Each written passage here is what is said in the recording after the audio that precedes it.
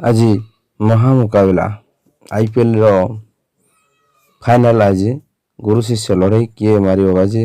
आज चलित आईपीएल 2023 अंतिम मैच अर्थात आईपीएल फाइनल मैच दुई फाइनालिस्ट चेन्नई सुपर किंग्स और गुजरात टाइटन्स मध्य आज लड़ाई अहमदाबाद नरेंद्र मोदी स्टेडियम रे खेला आईपीएल ग्रांड फाइनल रविवार संध्यारे खेला विश्वर सबुठार धनी तथा श्रेष्ठ टी20 लीग फाइनल मुकाबला उपर सारा विश्व नजर रही। गुजरात टाइटल बजार रखा लक्ष्य रही बेले चेन्नई महेंद्र सिंह धोनी संभाव्य अंतिम आईपीएल ट्रॉफी उपहार स्वरूप प्रदान करने लक्ष्य रही। तेज आईपीएल 16तम संस्करण जो आरंभ होता आज ठीक से स्थान में पहुंची। अहमदाबाद टाइटन्स और सुपर किंग्स मध्य उद्घाटनी मुकाबला आईपीएल आरंभ होता 73 संघर्षपूर्ण मैच पर पुनर्बार उभय दल से स्टेडियम रे फाइनल मुकाबला खेलिबे।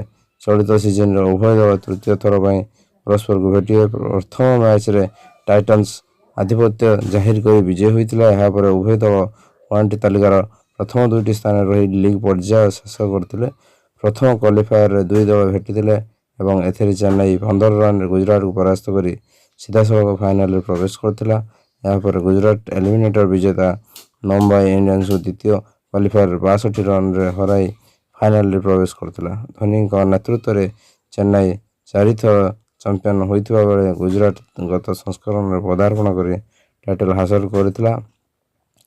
तेणु चेन्नई रे आईपीएल इतिहास पूर्ण होइथिबा बेले गुजरात नया इतिहास सृष्टि लक्ष्य रही। चेन्नई पंचम थर पर और गुजरात क्रमागत द्वितीय टाइटल हासिल करने लक्ष्य रही। अहमदाबाद रे उभय दल इतिमध्य 3 थर महामय होती। टाइटन्स समस्त मैच जीति सेहीपरि टाइटन्स मोट 9टी मैच खेली 6टी विजय हासिल कर। अन्यपटे महायान को टाइटन्स को हराइवाई स्वतंत्र रणनीति प्रस्तुत कर जबरदस्त फॉर्म रे शुभमन गिल को अटकाइवा प्रयास कर सीएसके।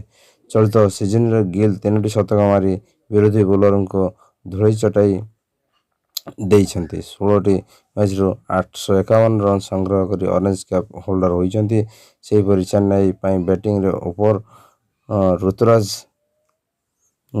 गायकवाड़ डेवन कन्वे उल्लेखनीय भूमिका ग्रहण करेंगे।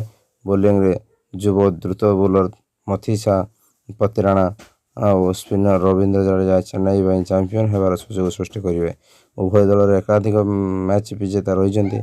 जेकोसी खेल दमदार प्रदर्शन कर दल सुजोग सृष्टि कर यथेष्ट संभावना रही। धोनी पुणी थे फिनिशर भूमिका अवतीर्ण होले बोली प्रशंसक मैंने आशा रखते।